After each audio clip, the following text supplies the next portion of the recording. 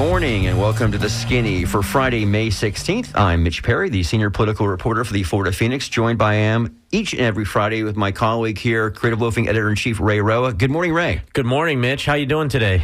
I'm great. How are you? How's the family? I'm good. My wife, fast healing for her leg injury that she has. My kid's awesome. We had a parent-teacher conference that was very positive last night. He's a contributing member. How old is your He's 5. Okay. So Patrick is a contributing member of society. And I wanted to shout out real quick.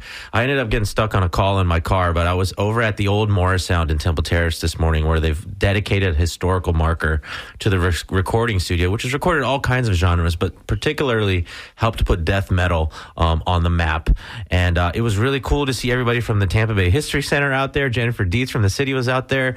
A genre of music that was frowned upon in a lot of ways gets a historical marker on the hard work of the Morris brothers and all their staff. So shout out to them. And I know they're going to have a reception at Magnanimous later this afternoon. So it was really cool. Great to hear that. And so we're going to have a good show here today. We're going to still focus on some things that happened in the legislature. We're going to talk about how they, as they phrase it up in Tallahassee, intoxicating products, i.e. drugs. There's a couple bills that have been passed, or excuse me, I should say one bill that was passed, one bill that was not, that we're going to get into. The bill that was passed that we're going to talk about later, a few minutes, is the big farm bill that the governor signed yesterday. That the headlines were about how that eliminated or will tell cities that they cannot add fluoride to the water supply, right? That's kind of the headline of that big farm bill, which has a ton of provisions in it. But there was also a provision in it that says that it's illegal now for having mushroom spores, not psychedelic mushrooms per se. That's already been illegal, but mushroom spores. What is that about? We're going to get into that with our guests here in just a moment. We're going to first talk about, and I should say, we're hoping to get Pete Sessa on the line here, but in studio, we've got Carlos Hermida from Chillum Hemp and Mushroom Products. I think it's the name of the store. Yeah, Hemp and Mushroom Dispensary. He's got me, Mitch. Yeah, got one in Ybor City, one in Central Avenue in St. Petersburg. Great to see you, Carlos. And yeah, we've had you on the show the last couple of years talking because hemp has been such a big issue in Tallahassee. In terms of regulations, will they put regulations on the product or not?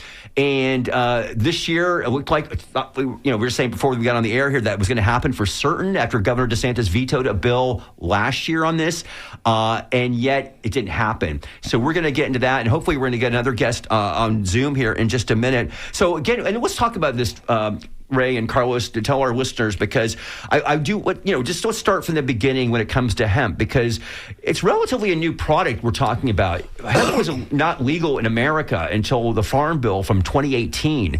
And Mitch McConnell, Senate Majority Leader, Republican, he was instrumental in that because hemp as a product to sell, he really wanted to do that in Kentucky. Now, Hemp has gone in a different direction since I think what Mitch McConnell was intending back in 2018. Florida legalized it in 2019, as did the rest of the country. And what you've seen since then is some of these products that have just sprouted out. That's why this proliferation of hemp stores, smoke shops, we call them, that are all throughout the state here that sell products. So what do you offer, Carlos, at your store that is completely legal these days? Well, we offer a number of different products. So we, you could talk about cannabinoids. So like we offer CBD, Delta-8 THC, THCP, CBG, and CBN in various different forms, whether that be in vape or smokable flower or edibles and each one of those products, like it's actually impossible for me to offer a Delta-9 flower. Yeah, that's illegal. That would be legal.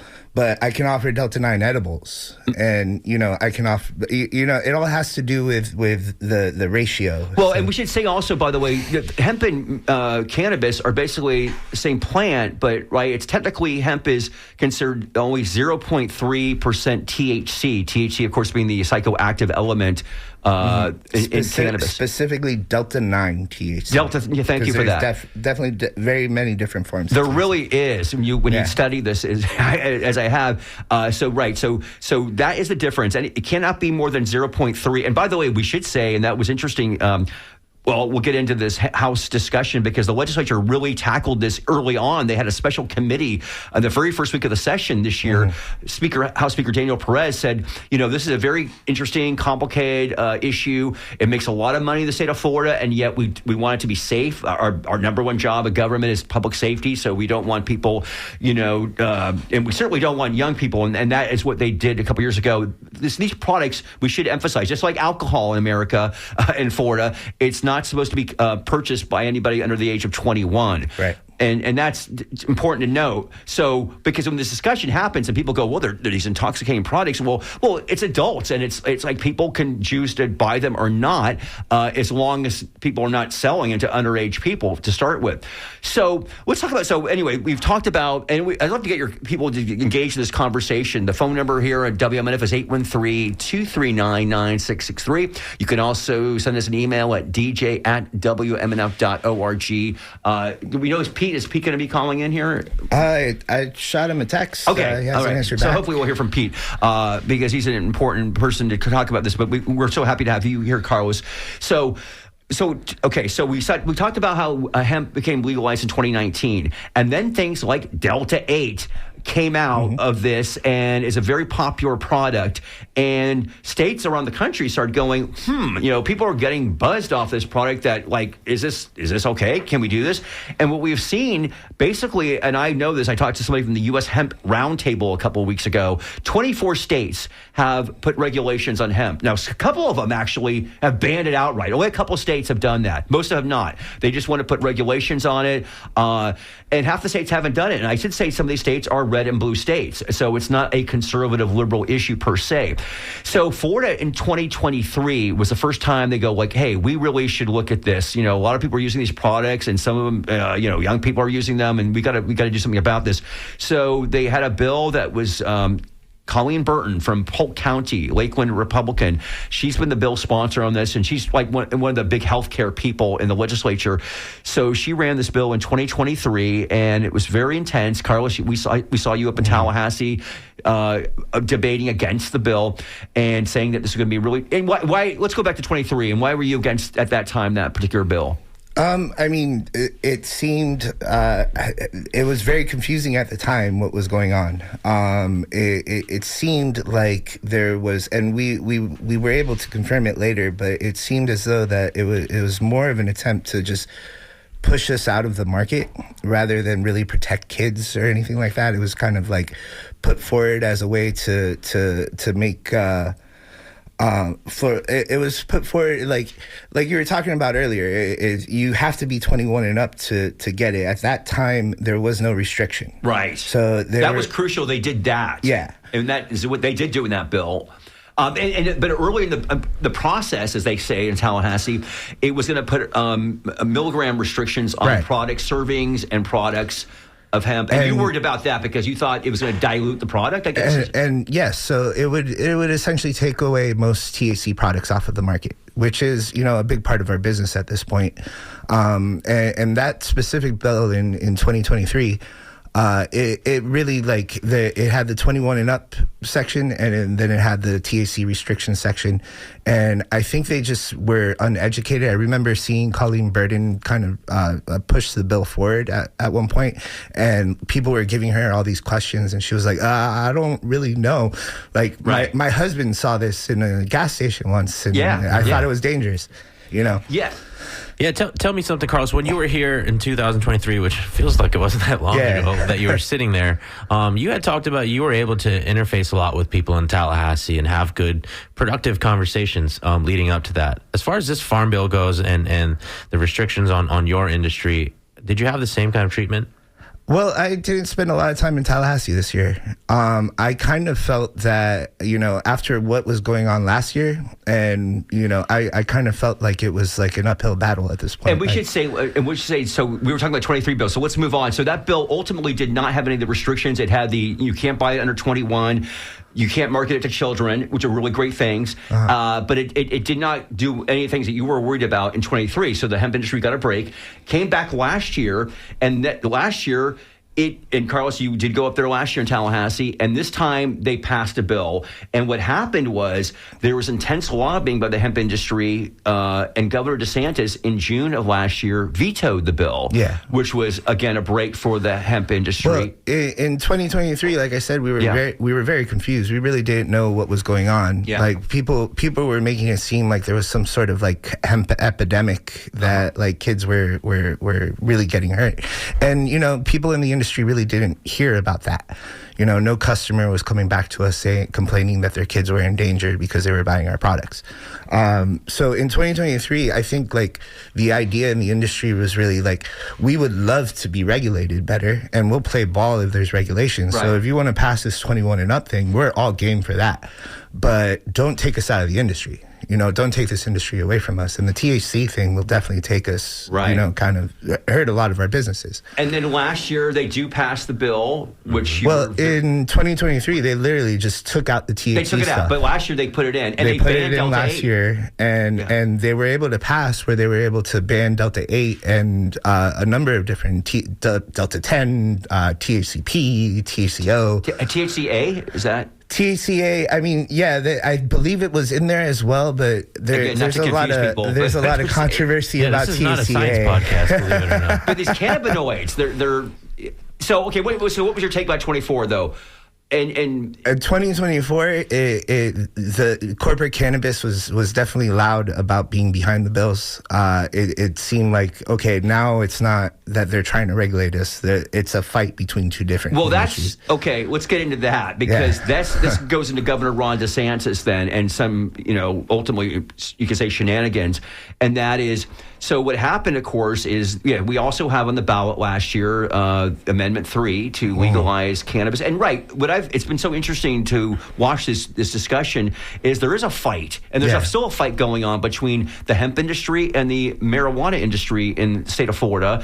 And now, it's the marijuana industry is more than Trulieve, we should say, but yet some people would just make you think it's only Trulieve. They're the big player, I get it, and they are spent over $100 million last year trying to get Amendment 3 passed.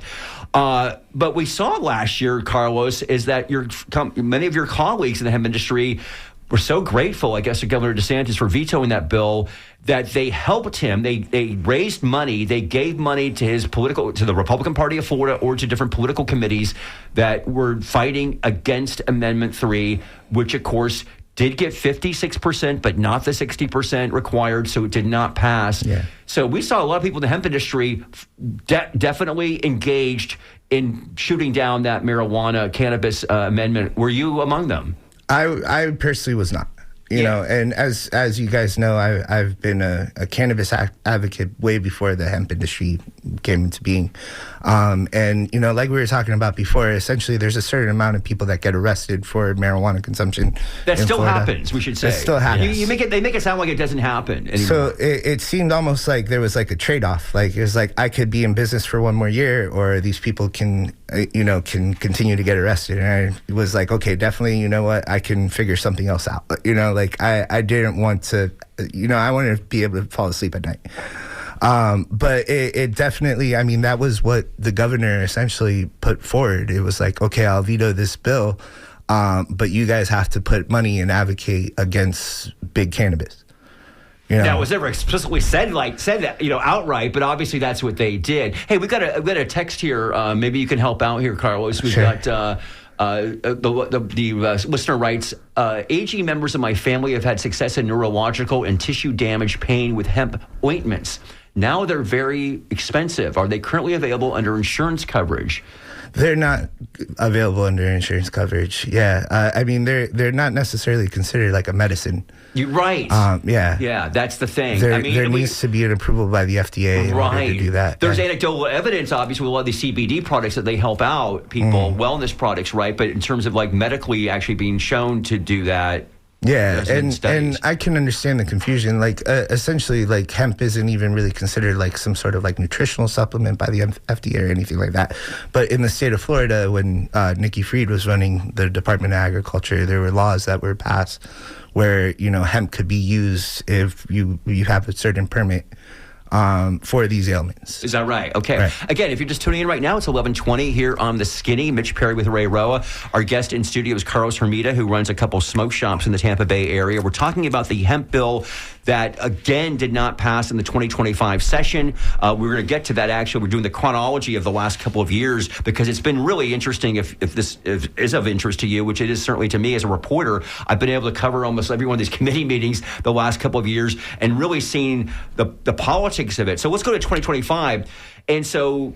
Okay, so we had DeSantis veto the bill last year. So Florida still it's an unregulated market, as some would call it a wild, wild west in terms of these products going out there. But House Speaker Daniel Perez, in the very first week of the session back in early March, says, you know what, folks, I want our members to know more about this. We're going to probably do another bill this year or examine this.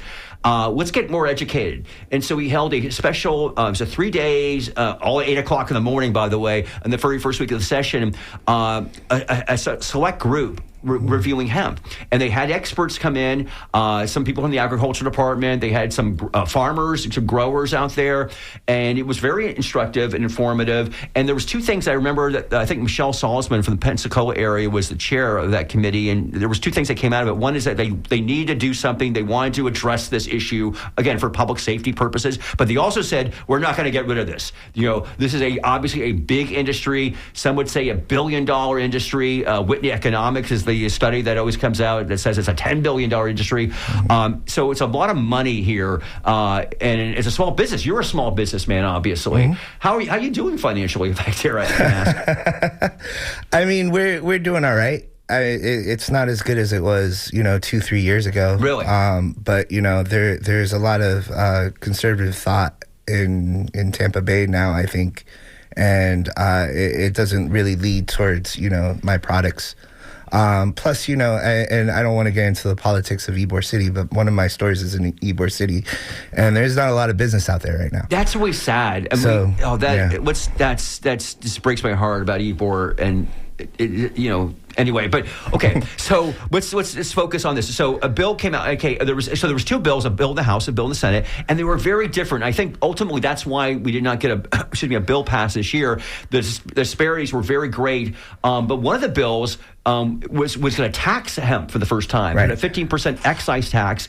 It would also, the difference is, Colleen Burton's bill would get rid of Delta 8 once again, like she has proposed before. It would get rid of most THC. Right. So Delta 8, Delta 10, essentially everything except for Delta 9 at the 0.3%. So, okay, to get myself clear, I'm used to seeing or hearing about the Delta 8, but like in your store, you have Delta 10 products and Delta, and anything else other than? THCP is another one. What is that? It's a cannabinoid that's like Delta 9 THC, just the part of the molecule that binds to the receptor is longer and stronger. So it actually makes you higher and makes you higher for longer. Interesting. Yeah. Could we talk about that? You talked about with Senator Burton kind of saying, "Oh, my husband saw this at a gas station." Just real quickly, could you just describe the physical and maybe psychological effects of these products that we're talking about? What happens when you take these products? Well, I mean, these products, first and foremost, it should be stated that these products, as long as they're manufactured properly, they're very safe. For adults, and we should make that clear too. For adults, not for children.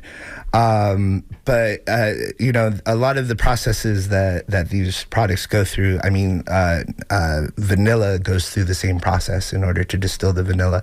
But either way, there's several different forms of THC, all of which are intoxicating. Some are just weaker and stronger than others. And then there's one particularly fun one that's THCV, which is a lot like Delta 9 THC. It just doesn't give you the munchies. It's actually an appetite suppressant. But, they all kind of have different things that they do. But what does the intoxication feel like? Sometimes people on the other more conservative side will say, "Whoa, well, people are out here high," or like, you know what I mean? Like, what is it like? Like everybody's brain chemistry is different, so it's hard for me to tell you how you would feel off of THC. Sure. for me, I suffer from depression. I also suffer from ADHD. So for me, it actually helps me focus a little bit. Where some people, will consume cannabis and it's be impossible for them to focus. So it should just, everybody kind of reacts to this medicine in a different way. But high is most people understand what being stoned is. I mean, it's like, I guess it slows things down, it kind of relieves your pain a little bit, makes you relax, things like that. And we should say, again, we're talking about the hemp bill that did not pass in the legislature this year. A new addition to these products is these drinks now. Yeah. These hemp-infused THC drinks, which you mentioned earlier, Carlos, Big Alcohol was involved in the discussion this year. Yeah. And we definitely saw it. ABC Total Wine and Liquors, the biggest liquor retailer in the state, they were very much supportive of these bills because it was going to require, the Senate bill was that everybody who sells these products, these drinks, would have to get a liquor license. They would have to go through they call the 3-tier system here in Florida. And they like that because they're already doing that right now. These drinks are available. Do you sell any of these drinks? I do Yeah. sell. Are they popular? They're very popular. That's what I've heard. In fact, one of the people from the industry spoke a couple times, and he said the number one place it was popular was the Villages. He said, but also he mentioned Tampa Bay. Actually, they said any really big metropolitan area in Florida, they were very successful. So, in fact, I was trying to get somebody from St. Pete who has a store here. Unfortunately, he's working right now, and he couldn't get off. He's working. He's down in St. Pete, but at his store he offers these drinks, and he's actually Urban Flow. Yeah.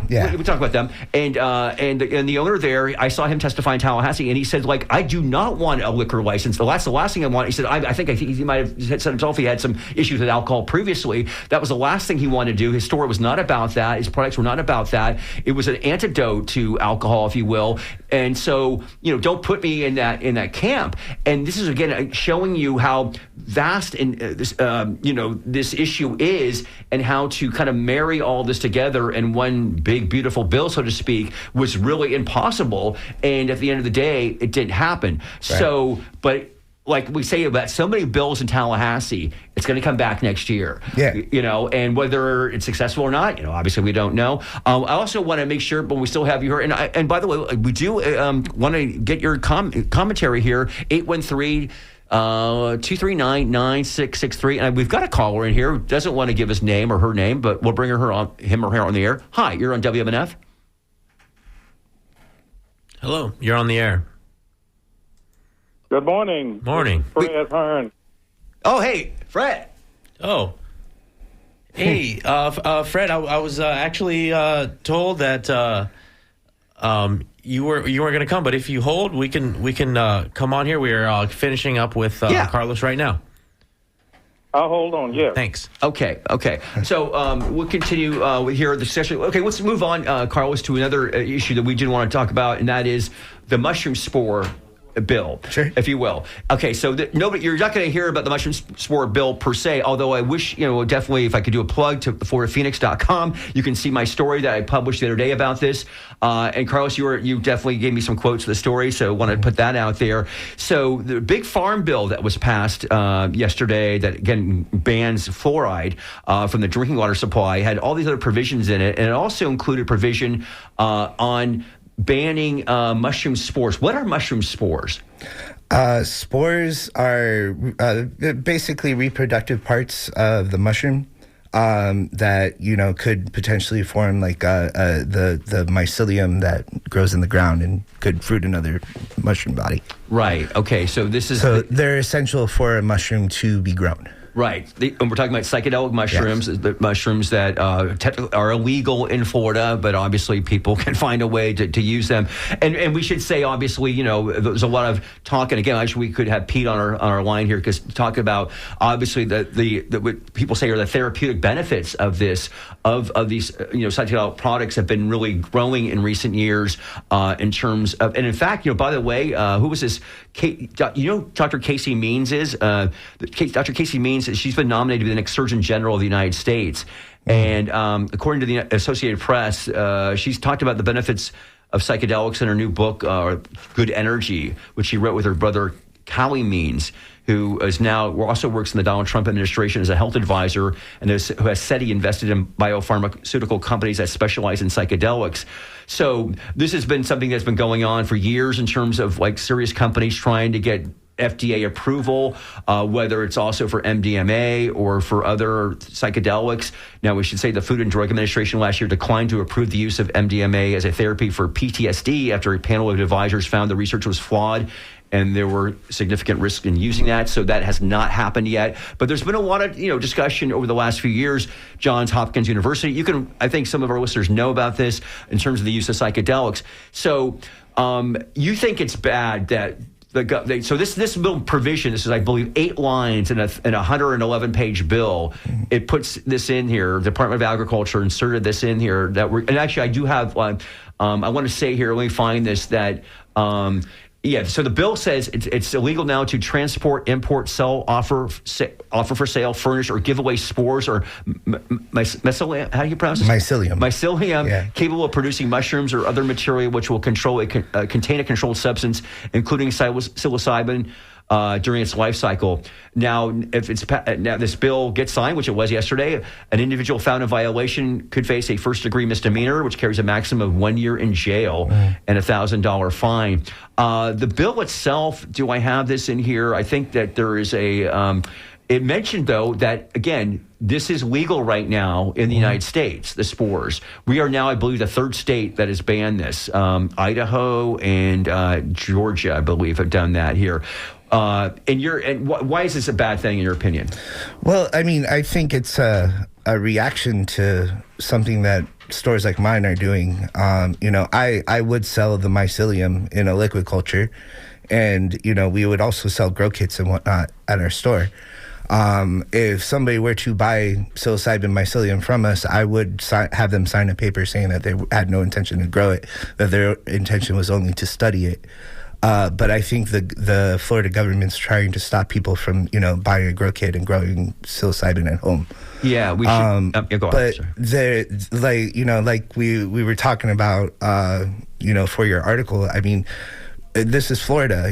This is where that mushroom really grows wild, and it grows in manure. So.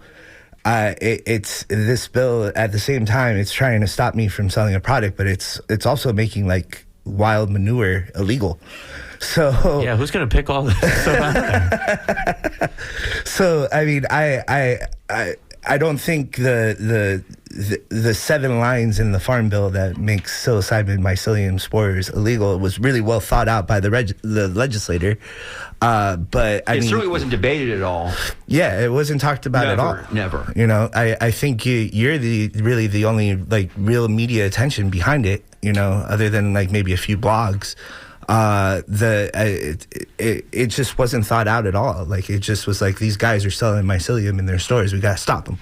But you've also kind of come up with, you've always been really good at looking forward, right? So you've kind of anticipated this, and you sent me something about, you guys having a compliant solution in your shop. Well, I have a mushroom that is Psilocybe cubensis, right? And I have products that I make from Psilocybe cubensis, but the specific type of Psilocybe cubensis I sell has had the psilocybin bred out of it.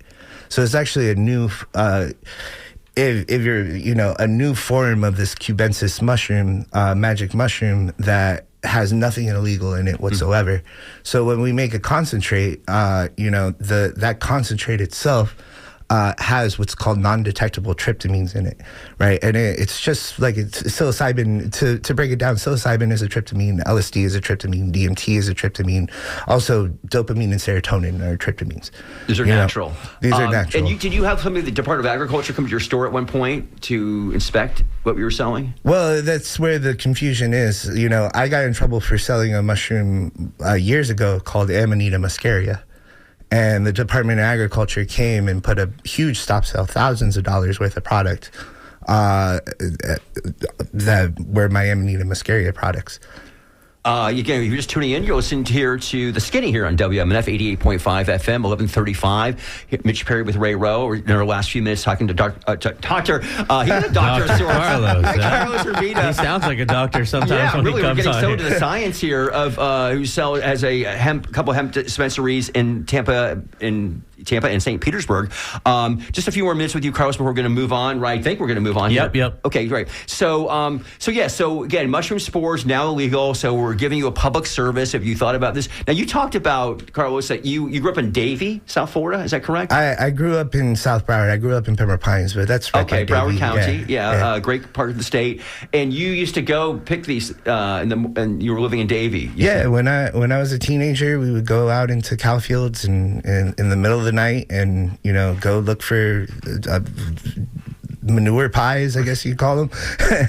And we would pick the mushrooms right out of there, take them home, wash them. And are they still there in that parts of Florida? I believe, I don't really know how they stopped it, but there was a point in time where it was like it was really hard to find. And I believe there's like a special type of feed that's used now to make sure that this manure doesn't have that. But I mean, animals out in the Everglades don't eat that feed. You know what I mean? Yeah. Like a real farmer. Well, I find it interesting. I hope our listeners do as well. So again, the hemp always bill. Appreciate you coming on. Yeah, absolutely. Thank you. So Carlos Hermida from what's the name of your store? Chillum Mushroom and Hemp Dispensary. Yeah, it's got two storefronts, one right there on Central near the Imagine Museum, I think, and then in Ybor. It's kind of like that block where the Ritz is and where Carne Chop House used to be 10 rooms. You moved? I miss Carne we're in Chop House, between Atomic Tattoos and Coyote Ugly. Oh, okay. Yeah. Okay, so across from in the heart of 7th Avenue. Yep, right and there. And also in Central Avenue in St. Petersburg. Carlos, thank you so much for coming in. Thank you studio. so much. Thank you guys. I appreciate you guys so much. All right. Well, keep clutching your pearls, people. We're going from drugs to something else here. All right. A local secret that's been brewing for a few months finally came to the surface after our show last week, Mitch, when the sale of Tampa strip club Mons Venus became public. Its new owner, is Don Kleinhans, who owns and operates the other most famous strip club on Del Mabry, 2001. Wait, so Joe Redner is no longer owning Mons Venus? Joe Redner no longer owns Mons Venus. He's still involved. So obviously, if you're from Tampa, have been here for any amount of time, 2001. It's got the spaceship on there. We'll talk a little bit about what that is. But it's literally across the street from Mons. So this sale finalized in January, but it was initiated really in earnest last fall. And it gives Don the business, but not the land. So when Creative Loafing Tampa Bay's reporter called Joe Redner for comment, he did decline. But Kleinhans is with us today on The Skinny. Don, thanks for joining us. Are you there? Hey, guys. Can you hear me? Absolutely. Thank you so much for joining us. Don, I know that you, first off, congrats on acquiring a Tampa cultural institution in so many ways. Thank you. It's been it's been in the works for a very long time, but appreciate it. Thank you. I know you said you will keep Mons the same, except for, some upgrades and refreshments in there, like new lights, sound, bathrooms. You put a DJ booth in, which you've been working on these changes with Joe Redner, who you've been friends with and competitors for 15 years or so. But, I know you want to keep it the same, but what happens if you find another Futuro house? Will another spaceship land on Del Mabry there?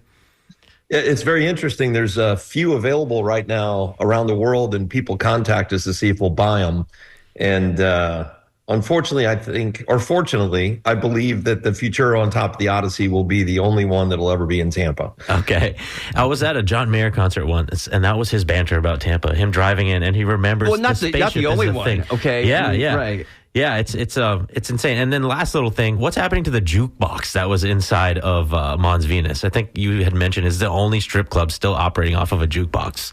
So the jukebox was the first thing that we replaced. So it was on the top of our list, and actually it was requested by a lot of the entertainers to make the jukebox go away. But so it's gone. Is it on Facebook Marketplace or something? Where is it? That's kind of like an artifact. No, actually, it became one of those touch tunes. Okay. And we called the company, and obviously they weren't real thrilled with it going away. But we said, "Listen, guys, it's we're adding a DJ booth, and now it's solely run by a DJ booth, and no more jukebox." And let me ask you, Mons is widely recognized as Tampa's first full nude club, and you will pay Joe Redner rent. He's your landlord. There's a consulting fee that you will pay him. What kind of details can you give about the arrangement that you have with Joe and just your relationship with him? So I've known Joe, obviously, for a very long time. We've had the Odyssey now for 30 years, and we got the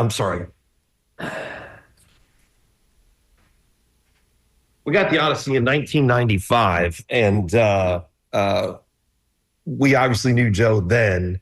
But in the initial years, we were pretty strong competitors. We were new to the game in Tampa, and we knew Joe was the top dog, so we had to run hard to try to get the Odyssey rebuilt and try to get the Odyssey stabilized business-wise. And we did.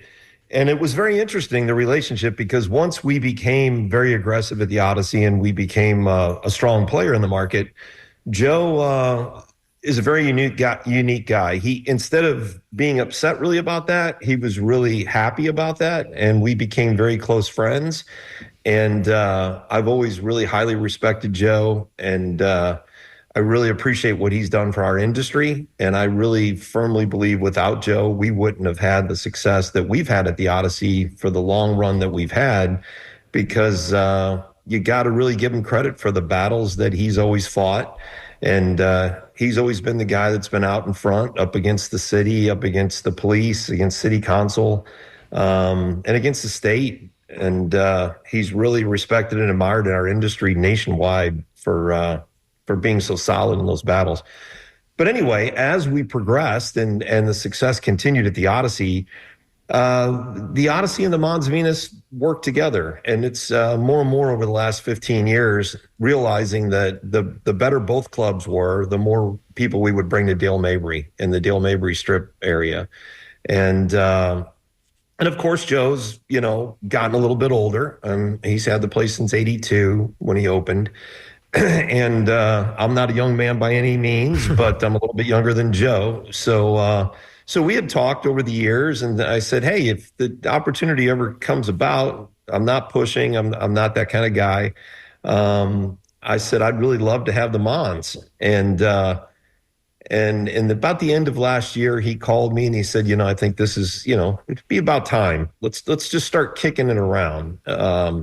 And there were a few other out-of-state large chains that were looking at the Mons, but they were very adamant about buying the real estate. And Joe, has a fantastic real estate holding here in Tampa, all types of buildings, not just adult businesses. And he really wanted to hold on to the real estate for his family and for his trust. So I said, let's just work something out where we operate the club, and you're the landlord. And it's a win-win situation. Hey, Don, if I could ask you, I'm sorry, to ask you the state of the industry here in Tampa. I think people, especially people from out of town, I moved to Tampa in 2000, and I remember, of course, the Super Bowl came that year, January of 2001, Baltimore versus New York Giants. And, of course, nationally, Tampa has developed so much since 2 decades ago. That was one of the only things that people knew about Tampa was like the strip clubs, quite frankly. And I remember an Associated Press story at the time, I believe, said there was 39 such establishments, if not in the city of Tampa, maybe the Tampa Bay area. I'm not sure it was Tampa. Do we still have that proliferation of this industry in this community here? Because it is a misnomer that we're the strip club capital of the world. There's more in like New Orleans and stuff like that, right? And that's exactly true. It's really funny to me, but it's a huge misnomer. There's actually more clubs in the Miami area close here. And but with Joe's recognition that he created, it seems to be the strip club place, Tampa. However, like you said, New Orleans, Miami, we don't have anywhere close to what a lot of the cities have as far as the amount of adult businesses.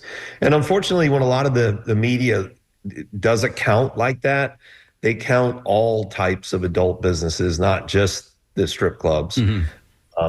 So that adjusts the numbers pretty greatly.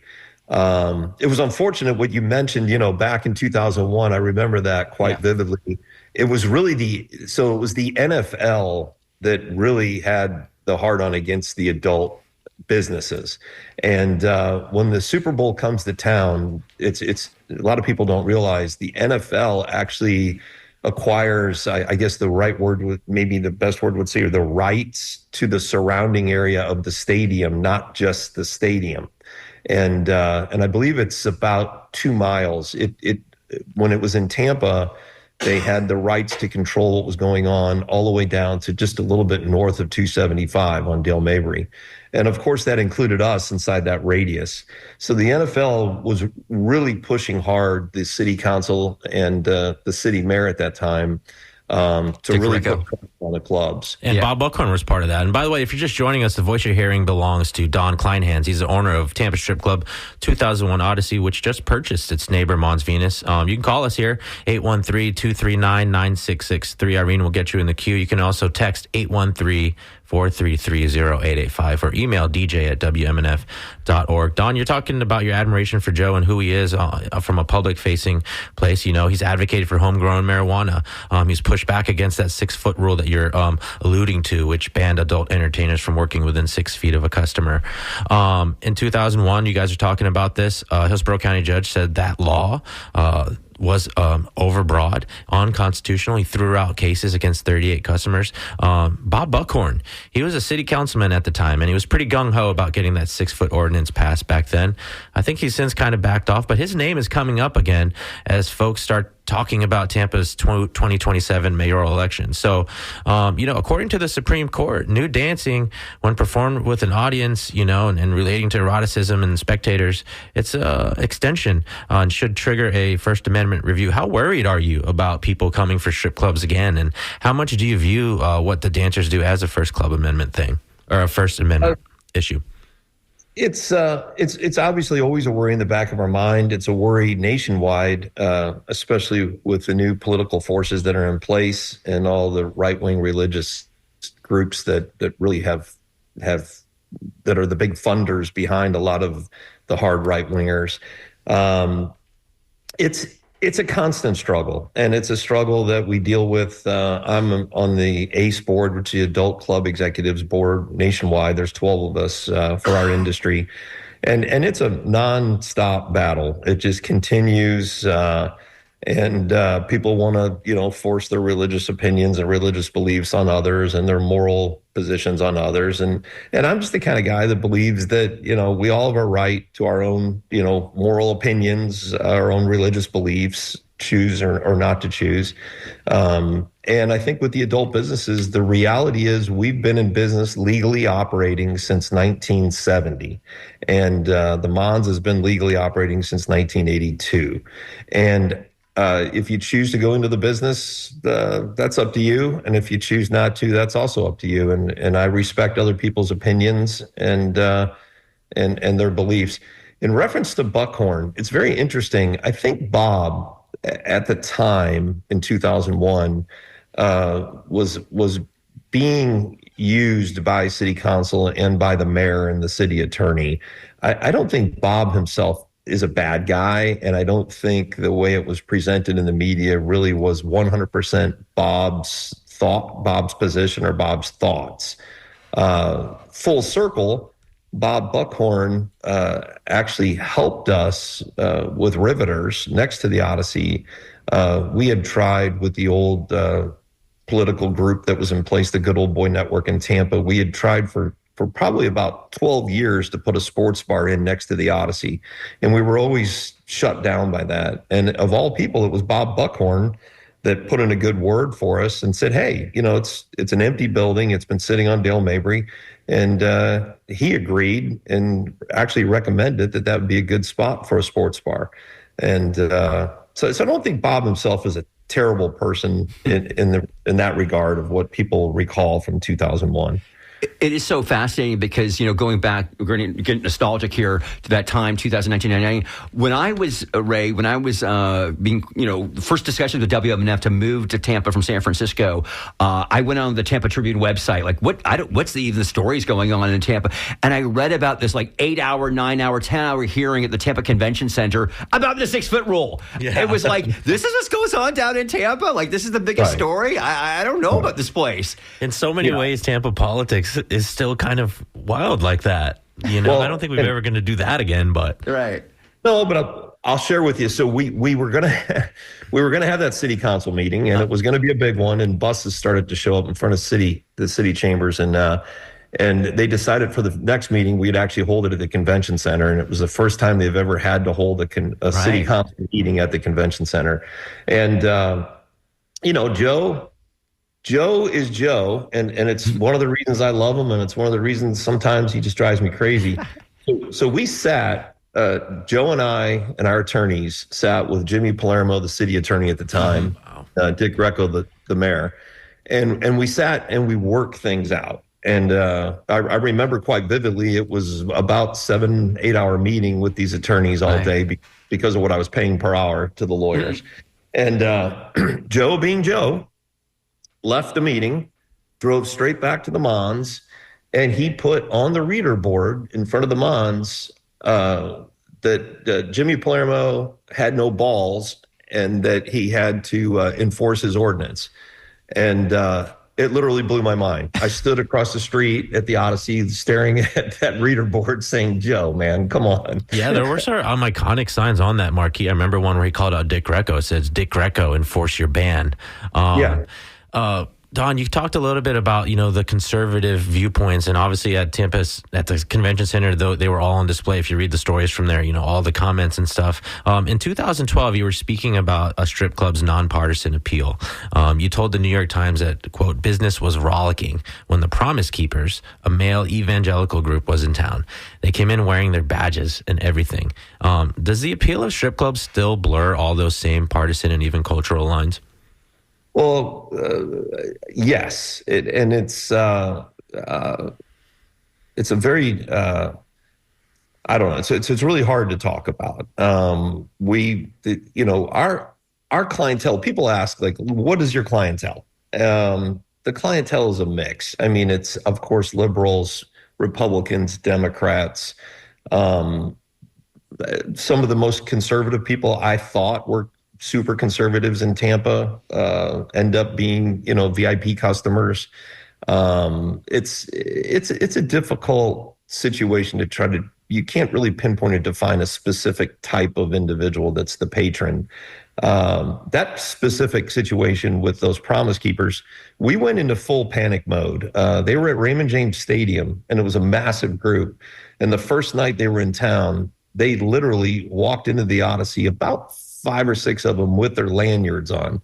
And our managers panicked because we just figured they were doing some recon or something. Right, to plan a huge protest. And we thought, oh boy, here we go. And the guys ended up staying and hanging out and had a great time. And but they left their lanyards on, which I thought to myself, they're, obviously they don't really care. I mean, they're not geniuses. But so the following night, we were packed. And it was a lot of the same guys that had told the other guys, and they, I don't know. How do you explain that situation? It blew Wolf Blitzer's mind. He was, just stunned by it. I was stunned by it. But anyway, it happened, and I don't know. It's tough. It's tough to try to explain. I can't figure it out, But yes, that happened. And by the way, the voice you're hearing to our listeners is Don Kleinhans. He's the owner of Tampa Strip Club 2001 Odyssey, which just purchased its neighbor, Mons Venus. We welcome your calls, 239-9663, 813-433-0885 is the text number. You can send an email to dj@wmnf.org. And I know we're talking a lot about Joe here, Don, but, you've mentioned your relationship and you're talking about him. Something he was famous for was having female managers, and you were bringing former Miss Nude World, Bambi Wild, to be GM at the Mons, according to reporting that's out there. Can you talk about why having a woman in charge of a club is important and what kind of safety things a club has to think about when it comes to protecting its employees?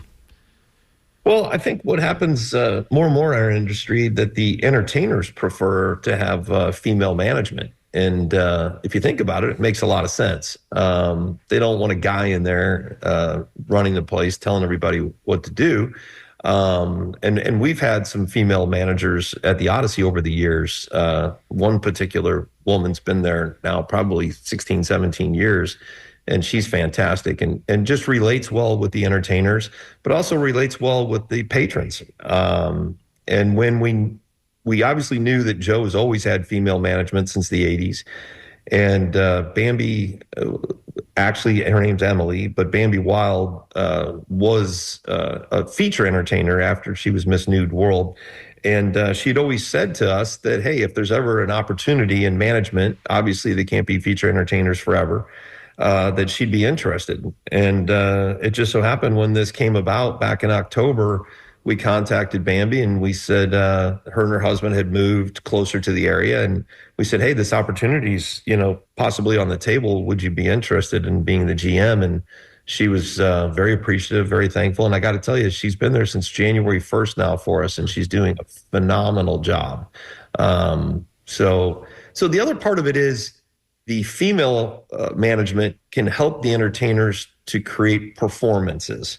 So contrary to a lot of the belief, the majority of the entertainers actually go out and try to put on an actual performance. Maybe that's not what some of the patrons are there to see, but it is nice for the entertainers to go out and actually create an actual planned performance. And Bambi's been fantastic with that from her history as a feature entertainer and now helping a lot of the entertainers learn what to do. Yeah, let me ask you something too, because we talk about this a lot on the show. You have a business, you have employees that work for you, you have all these people who are essentially your responsibility. And something we don't talk about a lot in society is eroticism and work. And do you consider what your dancers do as a kind of sex work, or like how do you view that, and how do you talk to people about that when you talk about what they do? It's when you break it all down, I mean, it falls under the label of sex work. Unfortunately, when you say sex work in this country, unlike other countries where you say sex work and it's more of just an accepted thing and not frowned upon, but it does fall within that definition. It's legal sex work. There's a lot of fine lines involved. A lot of these entertainers they're basically professionals, and it's their trade. They are subcontracted laborers, so they control their own hours. I compare it to a hairstylist. So a lot of these new hairstyling shops, they have where you lease a space. Mm-hmm. And then you go in there and you set your own prices and you do your own thing inside your own space in those hair salon loft type scenarios. So it's just the same thing with these entertainers. They come in, they lease space from us. We don't control their hours. We don't tell them they have to work a certain shift. They can come in and work for an hour and then leave. They can come in and spend 10 hours if they like. They can come in during the day. They can come in at night. The other thing that goes with that is they can set their own pricing.